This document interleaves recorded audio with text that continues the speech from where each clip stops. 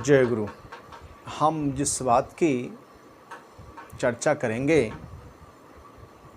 वो है हमारा विचार। हमारे विचार का हम पर बहुत बड़ा प्रभाव पड़ता है। हमारे जीवन में जो भी परिवर्तन आते हैं उस सभी परिवर्तन का कारण हमारा ये विचार होता है। हम अगर इतिहास के पन्ने को पलटकर देखें तो हमारा ये विचार हमारे जीवन में बहुत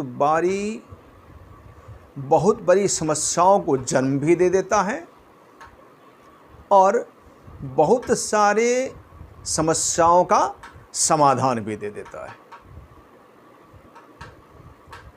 तो यदि अगर हम जीवन में उन्नति करना चाहें,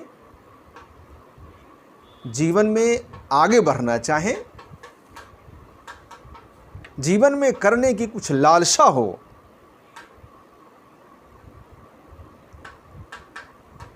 तो हमको अपने विचारों पर ध्यान देना ही पड़ेगा। हम कैसा सोचते हैं, क्या करते हैं, इस पर निर्भर करता है कि हमारी उन्नति कैसी है। इसलिए ठाकुर जी ने कहा, ठाकुर अनुकूल चंद्र जी ने कहा कि अगर जीवन में उन्नति लाभ करना चाहते हो तो यजन करो। यजन क्या करो? यजन करो। आप प्रश्न पूछेंगे कि यजन का क्या अर्थ होता है? नहीं, तो यजन में 3 बातें आती हैं। Number 1 thought, number 2 behaviour and number 3 habit. थोड़ा इसको फिर से हम कैटेगराइज कर लें। Number 1 thought, number 2 habit and number 3 behaviour. यजन में ये तीनों बातें आती हैं। अगर हम उन्नति लाभ करना चाहते हैं, जीवन में कुछ करना चाहते हैं, आगे बढ़ना चाहते हैं, इन द राइट सेंस, गलत सेंस में नहीं, इन द राइट सेंस, तो हमको इन तीनों बातों को करना ही पड़ेगा। आइए आज हम इस तीनों में से सबसे पहले नंबर 1 थॉट पर विचार करें।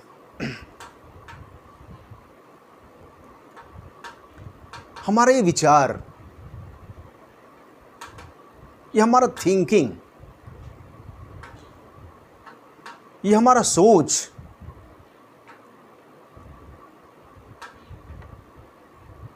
ये अति महत्वपूर्ण है हमारे जीवन की उन्नति के लिए। ये कैसे प्रभावित होता है, इसका मैं एक ज्वलंत उदाहरण आप लोगों के सामने में प्रस्तुत करूंगा। पेशे से मैं डॉक्टर हूं। एक पेशेंट आए थे, वो अपनी पत्नी की चिकित्सा के लिए। चिकित्सा करने के दरमियान मैंने उनको ठाकुर जी की बातें और उनकी बीमारी से संबंधित ठाकुर जी के समाधान मैंने उनको बताया। चूंकि वो अपने पत्नी की बीमारी से बहुत परेशान थे और सारे रास्ते बंद हो गए थे,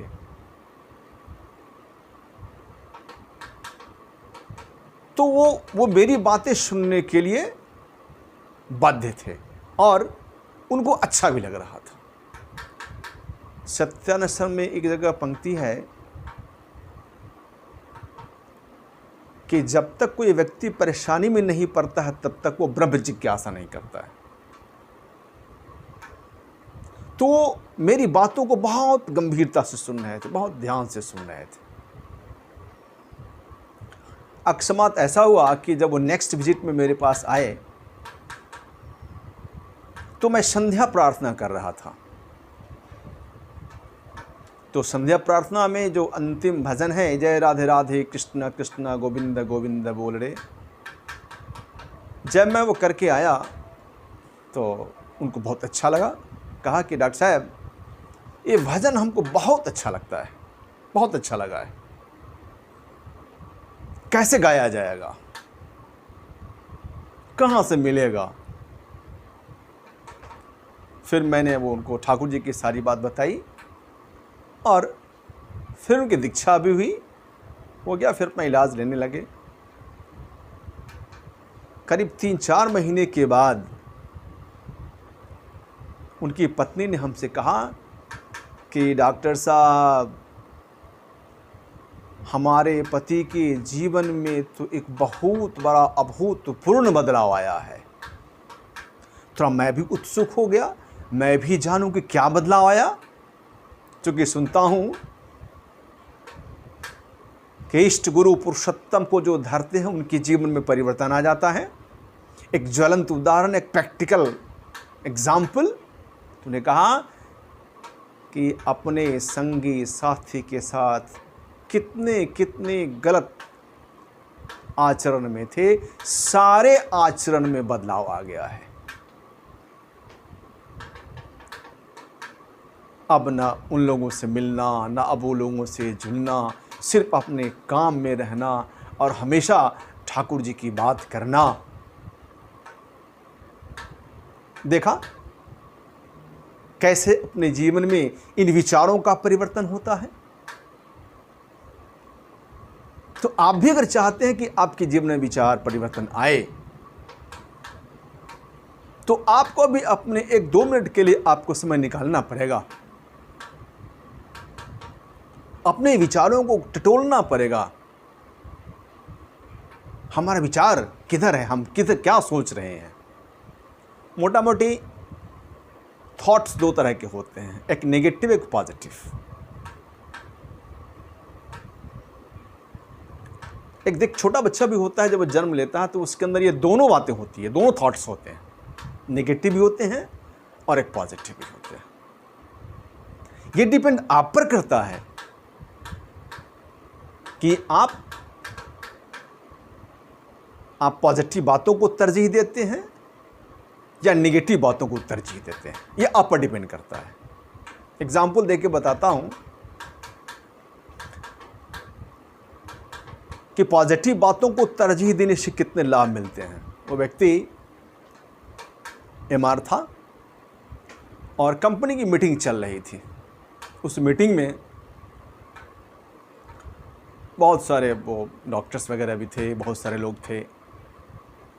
उन सभी लोगों को सर्व किया जा रहा था, मद्यपान शराब परोसा जा रहा था। इसके सामने भी आया।